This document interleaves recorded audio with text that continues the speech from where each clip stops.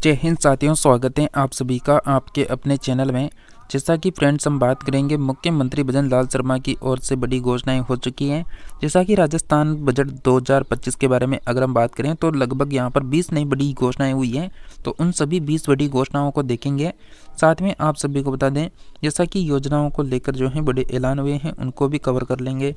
तो आप सभी जो है राजस्थान प्रदेश की पालनहार योजना, सामाजिक सुरक्षा पेंशन या फिर बेरोजगार भत्ता या फिर कोई सी भी योजना हो जिसकी अपडेट कंटिन्यू पाना चाहते हैं तो आप सभी एक तो चैनल को सब्सक्राइब कर लें और इस वीडियो को अधिक से अधिक प्लेटफॉर्म पर शेयर करें, चाहे फेसबुक हो या फिर व्हाट्सएप हो।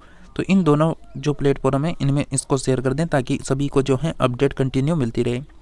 तो जैसा कि हम बात करेंगे यहाँ पर सरकार की 20 बड़ी घोषणाओं के बारे में, उसमें हम पहले बात करेंगे जैसा कि MSME के बारे में कि साथियों लगभग 2.5 करोड़ निवेश वाले सूक्ष्म उद्योग होंगे, ये सरकार ने यहाँ पर कहा है।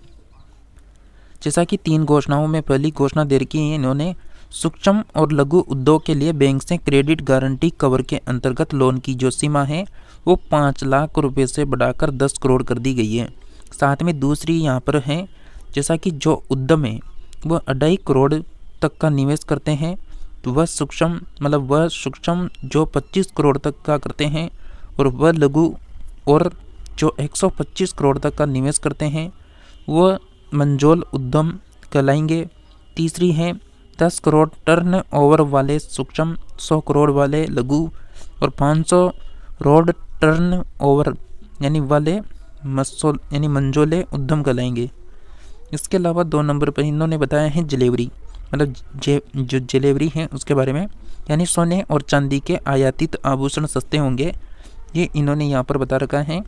जैसा कि जलेवरी और उससे संबंधित आयातित जो भी उत्पाद हैं उन पर शुल्क, जो सीमा शुल्क है वो 25% से घटकर 20% किया जाएगा।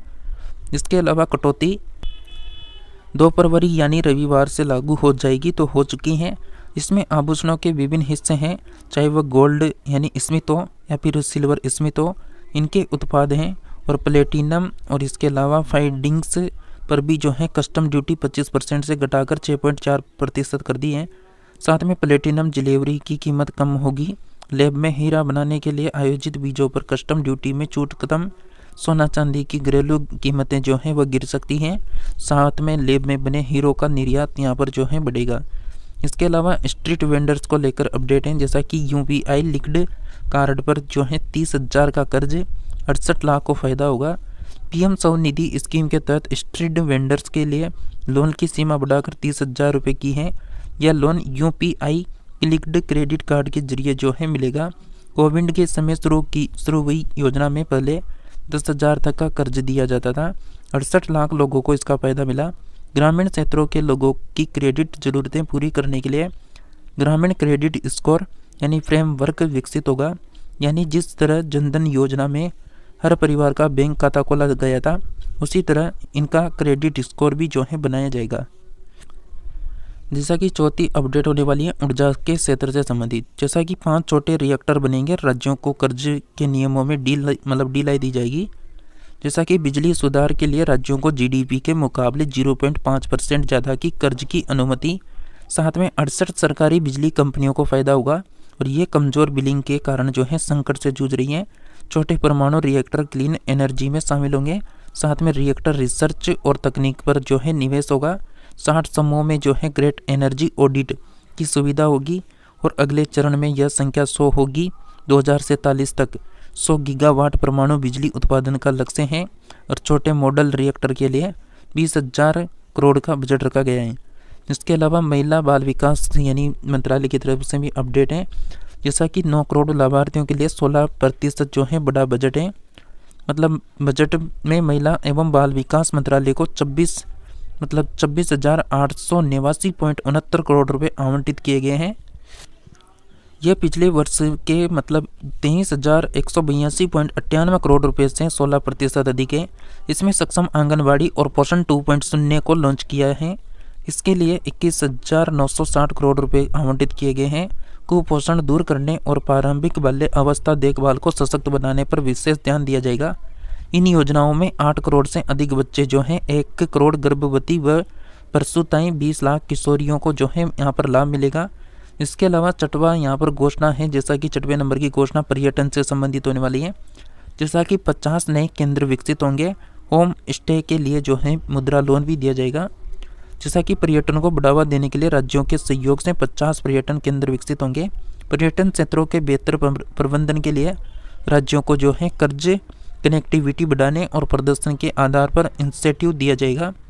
विशेष पर्यटक समूह के लिए ई वीसा और वीसा मुक्त पर्यटन सुविधा उपलब्ध करवाई जाएगी। होम स्टे और होटल स्थापित करने के लिए मुद्रा योजना के तहत कर्ज मिलेगा। साथ में राज्यों को बुनियादी सुविधाओं का जो है विस्तार करने के लिए अलग से फंड मिलेगा। इसके अलावा 7वें नंबर की यहाँ पर जैसा कि एविएशन से संबंधित होने वाली है, मतलब 120 शहर जुड़ेंगे और 10 साल में 4 करोड़ हवाई यात्रा करेंगे। मतलब जैसा कि आपको बता दें, रीजनल कनेक्टिविटी के लिए उड़ान योजना के तहत 120 नए शहर जुड़ेंगे और 10 वर्षों में 4 करोड़ लोग जो हैं मतलब यहाँ पर हवाई यात्रा करने का लक्ष्य है सरकार का। उत्तर पूर्व के पहाड़ी राज्यों में मतलब पहाड़ी राज्यों के हेलीपैड और छोटे एयरपोर्ट भी जो हैं योजना में शामिल होंगे। 2016 की उड़ान योजना में 619 रूट और 88 एयरपोर्ट शामिल थे। पटना के एयरपोर्ट सुविधाओं का विस्तार होगा और बेहटा में नया ब्राउन फील्ड एयरपोर्ट बनेगा। देश में पिछले 5 साल में हवाई क्षेत्र में कुल 91,000 करोड़ रुपए निवेश होंगे। इसके अलावा 8वें नंबर की योजना है, घोषणा यहाँ पर आप देख सकते हैं, जन विश्वास बिल 2.0 मतलब जेल के डर से बचाएगा कारोबार आसान।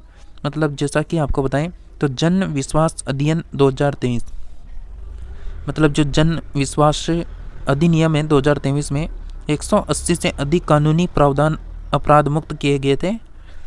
कारोबार और आसान बनाने के लिए सरकार जन विश्वास बिल 2.0 लाई है। विभिन्न कानूनों के 100 से अधिक प्रावधान आधार मुक्त किए जाएंगे, अपराध मुक्त हो जाएंगे और कई अपराधों के लिए कारावास की सजा भी हट जाएगी। ऑब्जर्वर रिसर्च फाउंडेशन की 2022 की रिपोर्ट के अनुसार भारत में व्यापार को नियंत्रित करने वाले 1536 कानूनों में से आधे से ज़्यादा जो है मतलब जेल का प्रावधान है। जैसा कि इसके बाद नेक्स्ट घोषणा है खिलौना को लेकर, मतलब देश में tie cluster global manufacturing hub बनेंगे। देश को खिलौना का ग्लोबल मैन्युफैक्चरिंग हब बनाने के लिए राष्ट्रीय कार्य योजना तैयार की जाएगी। अच्छी गुणवत्ता के खिलौने बनाने का जो अच्छी गुणवत्ता के खिलौने हैं उनको बनाने का मुक्त माहौल बनाया जाएगा। देश भर में खिलौना क्लस्टर स्थापित होंगे। इससे मेड इन इंडिया ब्रांड का जो है पहचान मिलेगी। चीनी खिलौनों का आयात रोकने के लिए सरकार ने 2020 से 24 तक चीनी खिलौनों पर लगने वाले कस्टम ड्यूटी 20% से घटाकर बढ़ाकर 70% कर दिया गया था। इससे पहल से चीनी खिलौनों का आयात घटेगा। इसके अलावा डिफेंस से संबंधित घोषणा है, जैसा कि 1.8 लाख करोड़ के खर्च से सेना का जो है आधुनिकीकरण होगा। जैसा कि रक्षा बजट 9% बढ़ाया गया। इस साल यह 6.8 लाख करोड़ रुपए रहेगा। 1.8 लाख करोड़ रुपए सेना के आधुनिकीकरण पर खर्च होंगे। साथ में नए लड़ाकू विमान हैं, ड्रोन हैं, तोपें हैं और सैन्य सामान की खरीद के लिए 26.43% राशि रखी गई है। खरीद का 75% हिस्सा घरेलू रक्षा बाजार से रहेगा। बढ़ते वैश्विक संकट और सीमा पार की चुनौतियों से निपटने की रणनीति मंशा इससे में स्पष्ट होती है। भारत की तुलना में पाकिस्तान ने अपने रक्षा बजट में 17.6% की बढ़ोतरी की है। इसके अलावा जैसा कि 11वें नंबर की घोषणा यहाँ पर है टियर 2 शहर को लेकर, ग्लोबल कंपनी आएगी और 20 लाख लोगों को रोजगार पैदा होंगे। जैसा कि अहमदाबाद, भोपाल, इंदौर, चंडीगढ़, जयपुर जैसे टियर 2 शहरों में वैश्विक कंपनियां आ सकेगी। इसके लिए ग्लोबल कैपेबिलिटी सेंटर की संख्या बढ़ाई जाएगी। इससे बढ़ावा देने के लिए राष्ट्रीय ढांचा तैयार किया जाएगा। 80% वैश्विक कंपनियों ने अब तक जो है भारत में सेंटर नहीं बनाए हैं। यह सेंटर बनाने से उभरते शहरी क्षेत्रों में करीब 20 लाख रोजगार होंगे। एक रिपोर्ट के अनुसार 2030 तक वर्ष 2000 की सूची में भारत जो है 620 उद्यम शामिल हो सकते हैं। इसके अलावा जैसा कि 12वें नंबर की अपडेट है पोस्ट ऑफिस को लेकर, डाकघर बनेंगे। अब लॉजिस्टिक ऑर्गेनाइजेशन यहाँ पर जैसा कि स्थापित डाक सेवाओं में सुधार होगा और 1.5 लाख ग्रामीण डाकघरों, इंडिया पोस्ट पेमेंट बैंक और 2.4 लाख मतलब 2.4 लाख डाक सेवकों ने नेटवर्क के साथ भारत पोस्ट को ग्रामीण अर्थव्यवस्था के विकास में अहम भूमिका के लिए पुनः व्यवस्थित किया जाएगा। भारत पोस्ट बड़े सार्वजनिक लॉजिस्टिक्स संगठन में बदला जाएगा। यह विश्वकर्मा योजना के लाभार्थियों और नए उद्यमियों, महिलाओं, स्वयं सहायता समूहों, साथ में एमएसएमई और बड़ी व्यवसायी संस्थाओं की ज़रूरतों को पूरा करेगा। 13वें नंबर की घोषणा यहाँ पर है निर्यात को लेकर। आसान कर्ज मिलेगा। ट्रेंड का डिजिटल प्लेटफॉर्म लॉन्च होगा। मतलब एक्सपोर्ट प्रमोशन मिशन की घोषणा की गई है। सरकार निर्यातकों को आसान कर्ज उपलब्ध करवाई जाएगी। वैश्विक बाजार में भारतीय निर्यातकों को आने वाली दिक्कतें दूर की जाएगी। प्रोजेक्ट में यूरोपीय यूनियन भी जो है साझेदार है। ट्रेंड दस्तावेजों के लिए डिजिटल प्लेटफॉर्म लॉन्च किया गया है। वैश्विक मांग कमजोर होने से व्यापार घाटा लगातार बढ़ रहा है। साथ में देश का व्यापार घाटा 32.8 अरब डॉलर है। दिसंबर में मर्चेंडाइज व्यापार घटा और 21.94 अरब डॉलर रहा। इन प्रयासों से यह नीचे आएगा। इसके अलावा जैसा कि असेंट बिकेंग मतलब यहाँ पर दे रखा है असेंट बिकेंगे, मतलब 10 लाख करोड़ की सरकारी कंपनियों की बिक्री होगी। केंद्र सरकार ने असेंट मोनेटाइजेशन प्लान का दूसरा चरण 2025 से 30 के लिए लॉन्च किया है। इसके तहत सरकार अगले 5 साल में अपनी 10 लाख करोड़ रुपए की संपत्तियों की बिक्री करेगी। यानी हर साल 2 लाख करोड़ रुपए की एसेट की यानी बिक्री होगी। बिक्री से मिले धन को इंफ्रा प्रोजेक्ट में लगाया जाएगा और आयकर में छूट से टैक्स राजस्व में 1 लाख करोड़ का यानी नुकसान होगा। इसकी भरपाई इन संपत्तियों की बिक्री से हो सकती है। इसके अलावा जैसा कि 15वें नंबर की घोषणा के बारे में अगर हम बात करें तो जैसा कि सड़क को लेकर है, यानी NHAI को पिछले साल से 10% अधिक बजट यहाँ पर दिया गया है। जैसा कि सड़क परिवहन और राजमार्ग मंत्रालय को 2.85 लाख करोड़ रुपए दिए गए हैं, जो पिछले आवंटन 2.80 लाख करोड़ से 2.41% अधिक हैं। NHAI को 1.87 लाख करोड़ रुपए मिलेंगे, जो पिछले साल से 10% अधिक हैं। बजट में उधार का कोई प्रावधान नहीं है। जैसा कि NHAI का कर्ज 2022-23 में 3.44 लाख करोड़ रुपए था, जिसे सरकार ने 2024-25 तक घटाकर 1 लाख करोड़ करना चाहती है। लगातार चौथे साल NHAI की बाजार उधारी को नगण्य माना गया है। इसके अलावा जैसा कि शिक्षा सुविधा, मतलब सभी माध्यमिक स्कूलों और PHC में जो है ब्रॉडबैंड लगेंगे। यानी सभी सरकारी माध्यमिक स्कूलों और प्राइवेट स्वास्थ्य सेवा केंद्र में भी जो है मतलब ब्रॉडबैंड कनेक्शन लगाए जाएंगे। इसके अलावा 50,000 सरकारी स्कूलों में अटल टिंकरिंग लैब जो है खोली जाएगी। ज्ञान भारतम मिशन के तहत 1 करोड़ से अधिक प्राचीन भारतीय पांडुलिपियों का डिजिटलीकरण कर उनका उनका जो है संरक्षण किया जाएगा। साथ में भारतीय भाषा पुस्तक योजना के तहत जो है सभी स्कूलों और उच्च शिक्षा के लिए जो है किताबें डिजिटल फॉर्म में उपलब्ध करवाई जाएगी। इसके अलावा AI के लिए जो है 500 करोड़ से यानी एक्सीलेंस सेंटर बनेंगे और शिक्षा क्षेत्र में उपयोग होंगे। जैसा कि 500 करोड़ रुपए की लागत से शिक्षा क्षेत्र में centre of excellence in AI स्थापित होंगे। 2023 में कृषि, स्वास्थ्य और सस्टेनेबल सिटीज के लिए ऐसे सेंटर बने हैं। जैसा कि इंडस्ट्रीज 2.0 के तहत घरेलू मैन्युफैक्चरिंग सेक्टर को मदद मिलेगी। AI चैटबॉट के लिए 10,000 करोड़ रुपए की घोषणा बजट से पहले हो चुकी है। इन्वेस्टिंग इन इनोवेशन के लिए भी जो है 20,000 करोड़ रुपए दिए गए हैं। हालांकि यह स्पष्ट नहीं है कि कितनी राशि AI रिसर्च पर खर्च होगी।